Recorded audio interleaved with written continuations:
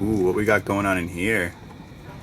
We've got Kika made sushis. That looks pretty good for Kika made sushis. You've ever made sushi before? No, this is my first time making sushi, so obviously not all of them are going to be perfect, but they look edible. It was such an awesome hike for the past 2 days that we just have to celebrate.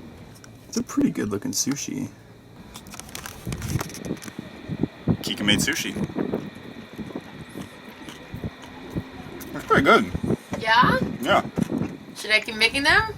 Well, I already finished making them. we got quite a few down there already. I'm glad you like it because we have an entire plate of sushi. While we can watch some Breaking Bad all night until we fall asleep. Oh, and check out all this clean laundry we have too. We haven't put any of it away yet. Our whole boat's full of clean laundry. It smells so good in here. This is one of the little end ones that didn't turn out so good. But it still tastes yummy in my belly. Cool. And now we wait.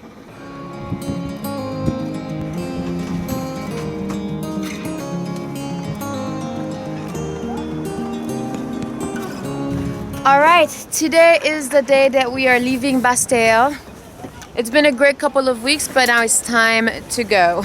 We are heading to the St. Islands, which are still part of Guadeloupe, but it's a chain of islands that are 20 nautical miles away, and shouldn't take no more than a couple hours to get there. This anchorage is so rolly. I'm excited to leave. It was fine for the first 2 days, but now it is ridiculous.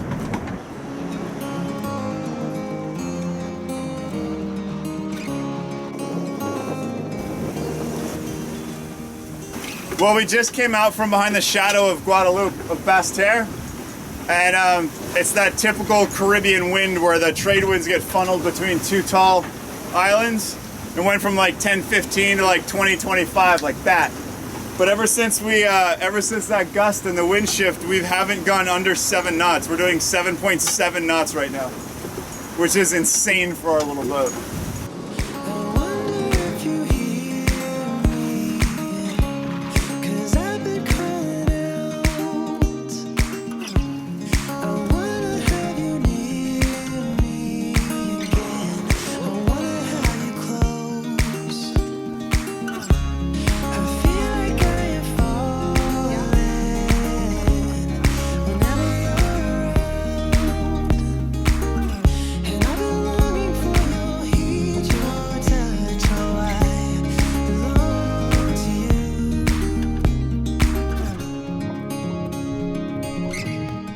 Well, we made it, and here is really, really beautiful. I mean, look how close we are to shore. It's amazing. Unfortunately, Les Saints is one of those places where I think you have to get a mooring ball and you have to pay for it. So, but I don't think it's that expensive. I think it's like €7 a day. And if you stay for 2 or 3 days, it's fine. But it's beautiful here. And it's like a little town that's not too far. And we'll be able to row all the way there. It's super clear water. Look at this.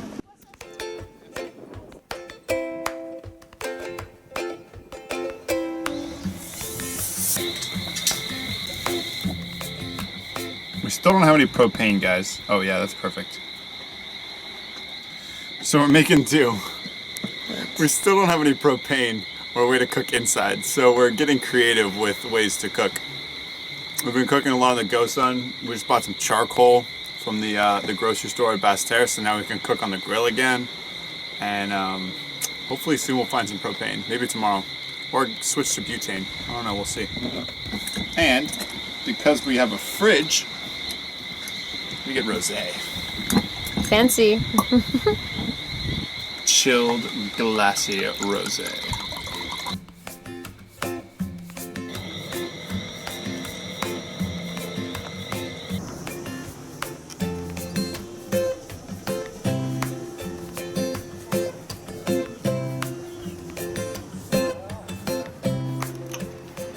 Good morning, guys. Today is going to be an exciting day for Mr. Dan because I'm going to cut his hair.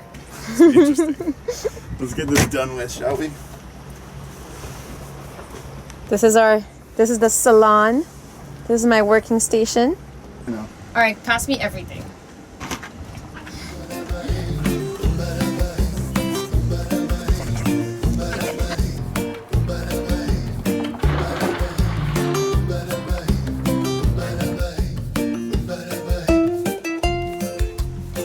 Well guys, today it is finally time to pull the head sail and re-sew the foot, all that damage along the bottom. It's a project that's been long overdue, but we finally have the time and the wind is right and the weather's right to pull the head sail down and get that fixed.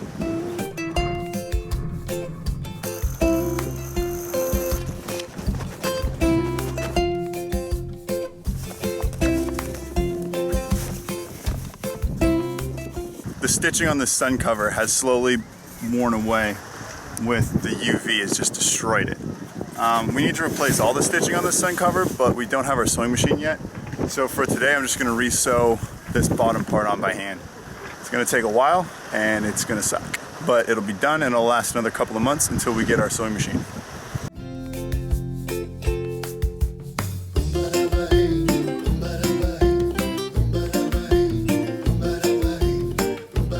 A lot of times when you sew a sail, you need like a sailman's awl or a palm awl to push the needle through.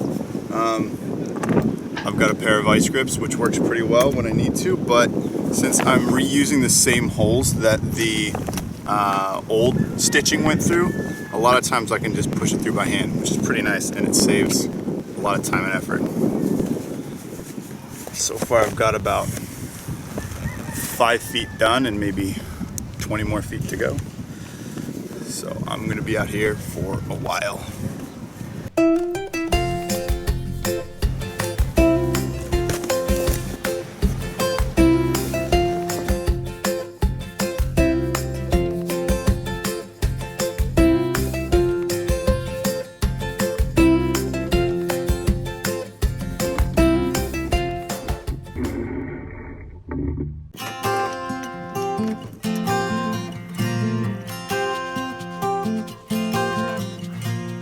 Terre de Haut is the main and most visited island of the Saints Group.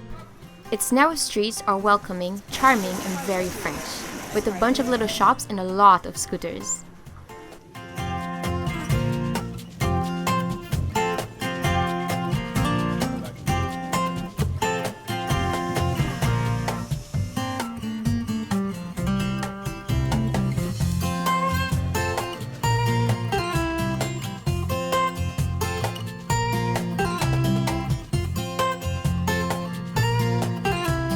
Man, that was a pretty hot walk up the hill, but it's quite beautiful. There's a lot of good views of the anchorage here in the Saints.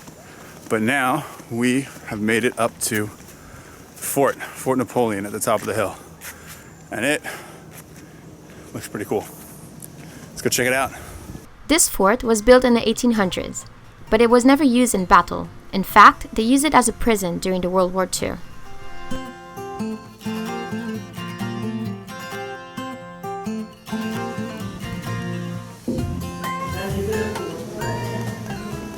Well, that kind of sucks.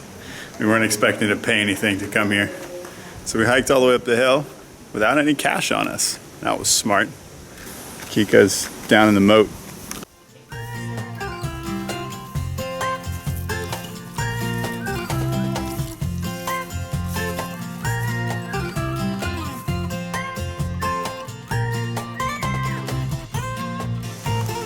Be free.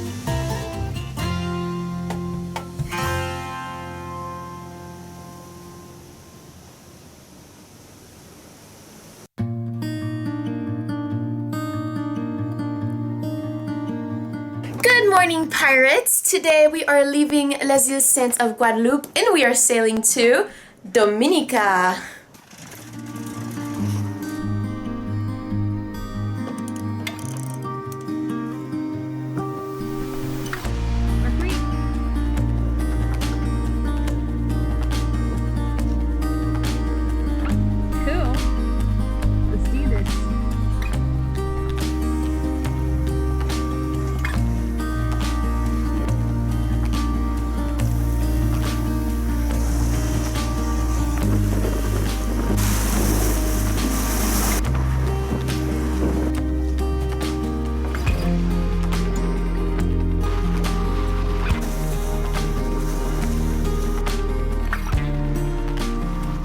I'm really starting to love this sailing south in the Caribbean thing.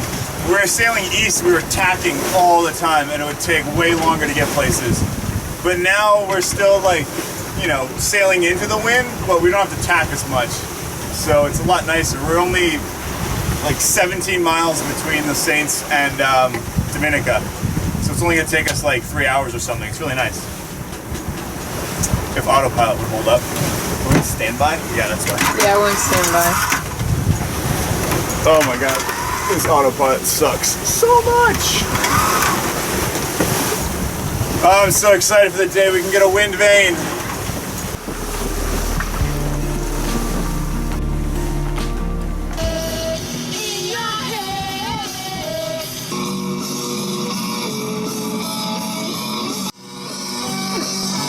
Pass me the camera. You guys need to see this. This is what then goes through to video you. To video me. I'm sure there's a better way to do this, but this is spur of the moment. You back.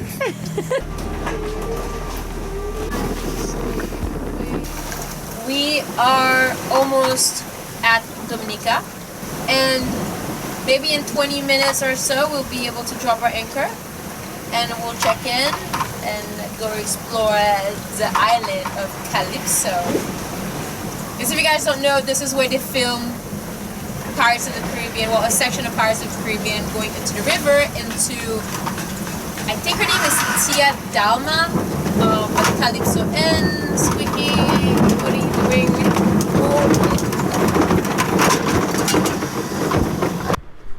Dominica is quite unique compared to the other islands. It's not a typical touristy spot, and due to government regulation, you will not find fancy hotels, casinos, or resorts around here.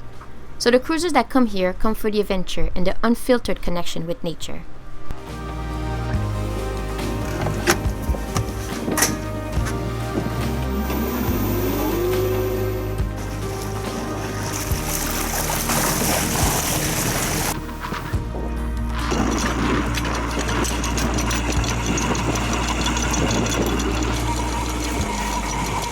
If you ever come to Dominica, you know that when you come into a sailboat, you'll have some people on boats coming to greet you. Super friendly guys, and they usually have their name painted on their boats. And they'll offer you tourism services and, you know, where to anchor, where to grab a mooring. And the guy that came to our boat was called Daniel, like Dan. And so he was really, really nice, and he told us where the customs office is, which is on the other side of the bay, where we wouldn't really want to row that far. So he's gonna give us a ride. Sometimes strange, it's turns out the way you think.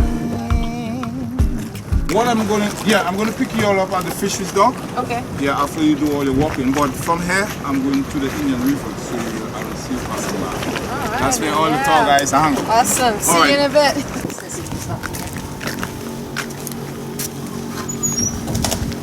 We're very, very smart. We came to check in and we forgot to get cash. So now we have to go to town, get some cash, come back, and then we get our passports stamped. They don't take cards. Once checked in, we went ahead and walked around town a bit.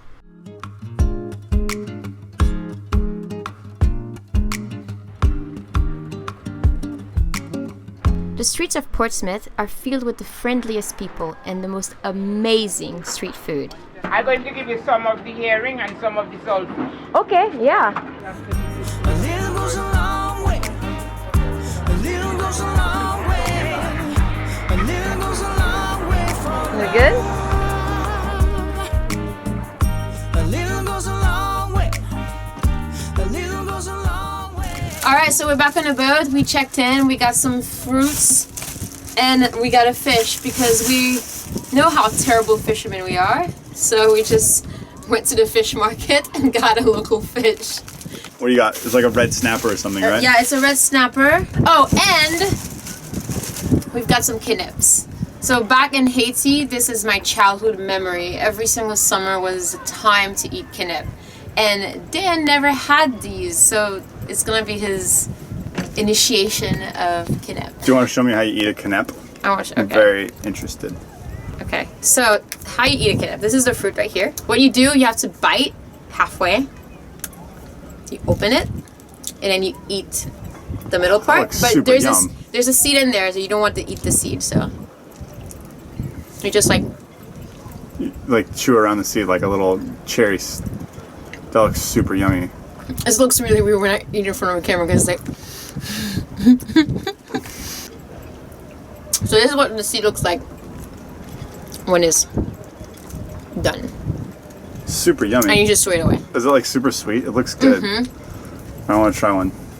And you crack it this way, Like that. and then you like stick it in You your just mouth. put it in your mouth. And you swerve it around. That is really good. I see what you mean. It's kind of weird to eat because it's like it's a weird like jelly sort of texture. It's like non-existent. Like it's there, but like you can't get it. It's really weird. It's hard to get it off. Use your teeth. Once again, thanks for watching. Make sure you tune in next week when we get a tour through the famous Indian River and witness a fish committing suicide. Until then, cheers! Then made me a snack. It's really good. It's a tuna avocado. It's a tuna Avotunado. It's a tuna inside an avocado. And so, tunado. Boom.